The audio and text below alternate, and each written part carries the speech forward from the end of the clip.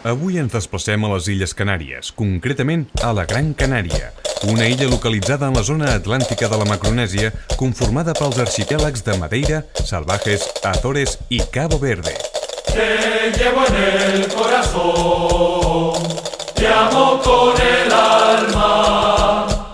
D'origen volcànic, Gran Canària reuneix en els seus 1.560 quilòmetres quadrats de superfície i 236 quilòmetres de longitud de costa bona part dels variats paisatges de l'arxipèlag. Aquest fet i la diversitat del seu clima li ha valgut el qualificatiu de continent en miniatura. L'altitud màxima es situa en el Pozo de les Nieves, en el mateix centre de Gran Canària, amb 1.949 metres. Des d'aquestes altures i fins a la costa, la illa està solcada radicalment per profunds barrancs amb paisatges diferents.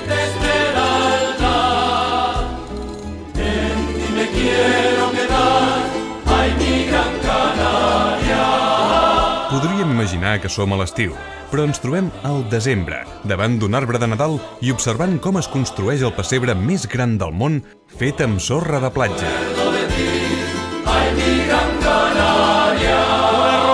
En aquest marc incomparable ens desplacem al sud de la Gran Canària, a Maspalomas, i concretament a l'Hotel H10, la seu de la 18a Volta Cicloturista Internacional Maspalomas Gran Canària, que va celebrar-se a la illa de Gran Canària entre el 3 i el 9 de desembre amb la participació de 350 cicloturistes de 20 països.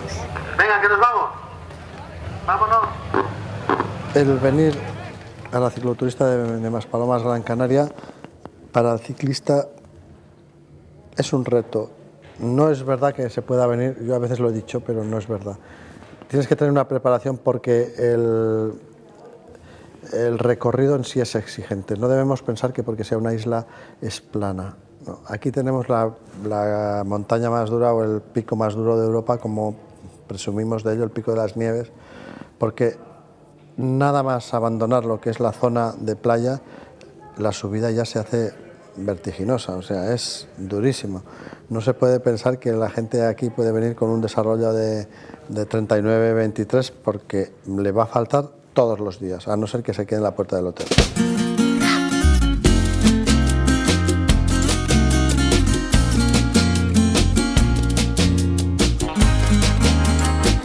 Aquesta nova edició de la Volta Cicloturista Internacional Maspalomas Gran Canària va presentar diverses novetats, entre elles la disputa de dues etapes totalment noves com varen ser les anomenades Valsequillo i Beneguera, que va discórrer per unes carreteres en perfecte estat envoltades d'uns paratges espectaculars que varen fer les delícies de participants i acompanyants. Cal recordar que la volta es composa de 6 etapes, al mig un dia de descans. Esto está en medio del mar, el desplazamiento es caro, hay que cogerse una semana de vacaciones. No puedes pensar en que me voy a coger el coche y me voy a hacer una marcha con mis amigos. No. Aquí, esta vuelta siempre se pensó que la principal beneficiaria iba a ser la esposa del cicloturista, la sufrida esposa del cicloturista, porque yo conozco el tema y sé que pues en Península se van a hacer la marcha pues los amigos, se cogen el coche, se van 4, van un fin de semana o no es un fin de semana porque les cae a 2 horas de coche, en fin, todas esas cosas, pero la mujer se queda siempre en casa. Y entonces el venir aquí significa que tienes la opción de que venga tu mujer, que vas a hacer 8 días de vacaciones como mínimo o 15, porque hay gente que se pega 2 semanas aquí, e incluso 3. El talismán de tu piel me chiva, que ando descalza de esquina a esquina, por cada calle que hay en tus sueños, que soy el mar de todos tus puertos. Esa semana que te estás haciendo de vacaciones, hombre, pues te la estás sacando de ese frío invernal que hay en Península, de esas malas temperaturas, de esa nieve, de ese tiempo duro. Y aquí pues se ve fácil. Aquí hay siempre 23 grados de media, normalmente estos días hemos tenido 26, también alguna vez hay viento, pero no es. Si tú piensas que será el único punto del hemisferio norte que se puede hacer ciclismo en estos días con calidad, nos referimos con pantalón corto, sin pasar frío, sin estar las manos congeladas, pues bueno, por eso somos el punto más más próximo al Ecuador que tiene el territorio español. Maspalomas es la parte más baja de las Islas Canarias y donde teóricamente mejor tiempo tenemos que tener.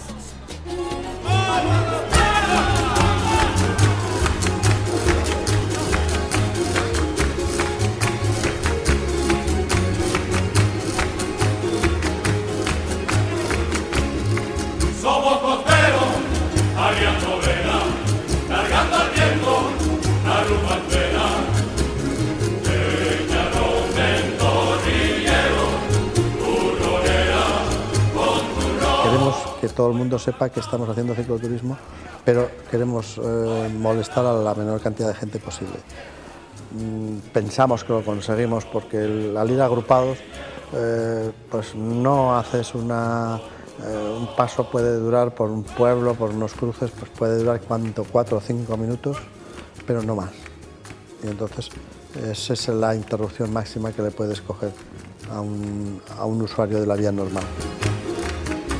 Montamos todo, bueno, una sede, una permanente en el Hotel H10 siempre, y es una sala y tenemos la permanente que es por las mañanas para las inscripciones y todo, y por las tardes es donde el fotógrafo pues enseña las fotos para todos, y otra parte de las salas donde hacemos unas conferencias, bueno, pues para hablar un poco con una mesa siempre de gente que viene invitada, como profesionales, periodistas, entendida de la materia, ¿no?, del cicloturismo. También consta de un equipo de masajistas que diariamente, cuando volvéis de la marcha, los cicloturistas, pues están ahí para relajaros las piernas, y eso está incluido también en la marcha. Pues aquí me están dando un masaje a 4 manos que no me lo habían dado nunca.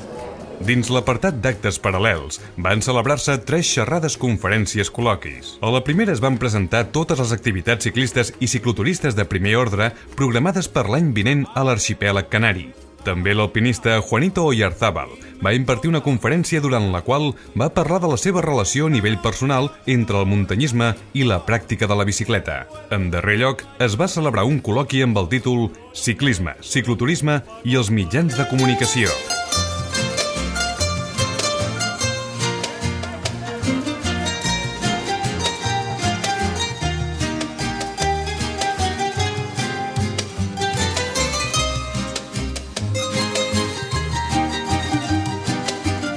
També va disputar-se una nova escalada, la 5ª Ingenio, Pico de las Nieves, el port de muntanya més dur d'Europa. Bueno, el descubrimiento, por así decirlo, del Pico de las Nieves, resulta que una vieja amistad con Ángel hizo que un día me llamases exclusivamente para que viniera a hacer una estimación, una medición de este puerto, y nos sorprendió bastante.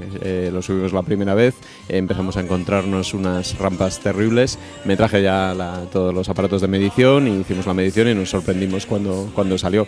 Vimos rampas del 23%, incluso algunas pequeñitas del 24%, y eso llevó a hacer estimaciones ya con los coeficientes de dificultad que nosotros empleamos, y al plasmarlo sobre el papel pues nos dimos cuenta que era un puerto terrible, o sea, por longitud, por desnivel. Lo estábamos comparando no con puertos de los Pirineos o los típicos puertos de la Vuelta a España, es que estábamos poniendo incluso en entredicho pues el Galibier o puertos italianos míticos como el Stelvio, y ahí está, o sea, toda la gente que lo ha subido, gente que incluso ya han sido consagrados en el Angliru o en el Gavia, han confirmado la dificultad del Pico de las Nieves con sus rampas terribles. Es un puerto que tiene como 3 zonas, de las cuales la primera y la última son zonas de mucho desgaste, que cuando se utiliza en competición, si algún día se llega a utilizar, serán lugares donde se pueda estructurar bien la carrera, y luego una zona central que puede ser comparable a lo que es el puerto del Angliru, con esos desniveles que superan más del 20%. La plaça de la Candelària d'Ingenio va vestir-se amb les millors gales per rebre l'escamot de l'escalada. 183 cicloturistes deixaven la seva signatura a la fulla de control i se'ls col·locava el pertinent xip per a computar els temps. Con el cual se os va a computar el tiempo real de lo que tardéis en esta escalada. Era el moment de comentar, d'intercanviar experiències i planificar l'estratègia de l'escalada. Passades les 10 del matí, s'aixecava el teló, bandera verda i a pedalar.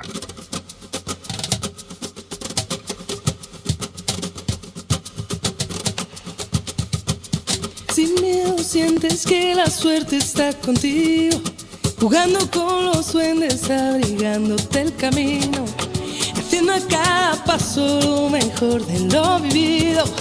Mejor vivir sin miedo. Por, respecte, dubte, concentració i, per sobre de tot, il·lusió. Eren alguns dels estats que mostraven els cicloturistes a la sortida d'Ingenio. 23 quilòmetres d'ascensió, 1.614 metres de desnivell, rampes del 23%. Aquestes són les dades en fred. Però la pujada al Pico de las Nieves és quelcom més. És una lluita d'un mateix davant l'adversitat i el sacrifici. És sobreposar-se al màxim esforç i no donar-se per vençut. És mirar a l'horitzó i superar el martiri psicològic d'una pujada interminable. Sin miedo sientes que la suerte está contigo, jugando con los duendes, abrigándote el camino, haciendo a cada paso lo mejor de lo vivido. I va desaparèixer la calma.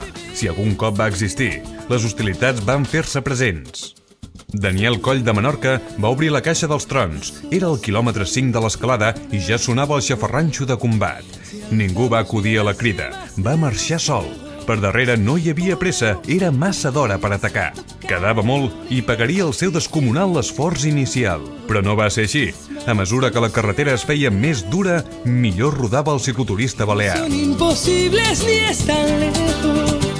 Si somos como niños, sin miedo a la ternura, sin miedo a ser feliz, sin miedo sientes que... Per darrere un grup de 20 corredors primer, després de 10 i més tard de 5 augmentaven el ritme. S'aliaven davant el seu comú enemic, però les diferències en lloc de disminuir augmentaven. 30 segons en el primer mur de la passadilla, quilòmetre 6. 1 minut 2 quilòmetres després i el doble a l'encreuament de Cazadores. Si quieres las estrellas, vuelco al cielo, sin miedo a la locura, sin miedo a sonreír, sin miedo sientes que la suerte está contigo. L'escalada vivia dues pel·lícules, la d'aquells que lluitaven per la victòria i la d'aquells que lluitaven davant de si mateixos. Aquests darrers regulaven, guardaven energies i buscaven un ritme còmode. Però davant, Coll rodava molt rodó. Els seus perseguidors seguien sense entendre's. El txec Krumer Radek llançava una destralada que tallava el corredor de Tenerife, David Delgado, i el gran canari Fermín Herrera, guanyador de les 3 darreres edicions. Mejor vivir sin miedo, sin miedo, sin miedo, sientes que la suerte está contigo. Només aguantava el txec Antonio Plaza i Antonio Alix. Coll buscava la meta en solitari, regulava ritme i mantenia les distàncies. Plaza i Radek acusaven l'esforç i Alix se n'anava endavant.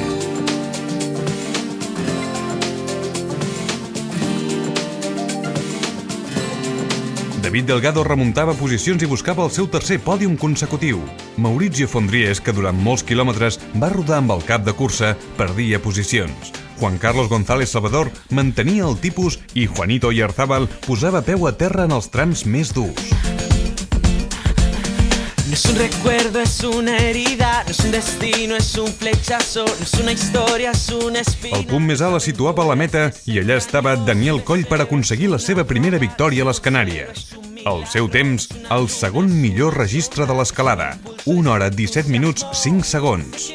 Encara lluny de l'establert per Fermín Herrera el 2003 en 1 hora 15 minuts i 46 segons. Per darrere, Antonio Alix aconseguia la segona posició del caixó i David Delgado entrava tercer repetint la posició de l'any anterior. Pero la quiero, como vuela que no me quiera, que de sus manos van haciendo este dolor loca pasión. Aquí las mujeres. No venía a padecer un poco y aquí realmente te lo garantizan. Ah, bien, se ha subido bien. Molestaba un poco el aire, pero nada más. Se ve un poco más despacio, arreglado. La volta s'ha fet gran i ho ha fet en una edició marcada per l'èxit organitzatiu i de participació.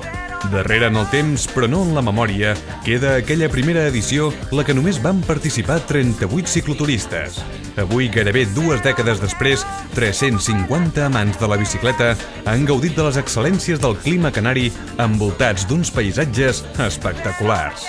Conclosa aquesta 18a edició, és moment de fer el primer balanç, d'apuntalar tots els aspectes positius i prendre bona nota d'allò menys bo per a millorar-ho en les properes edicions.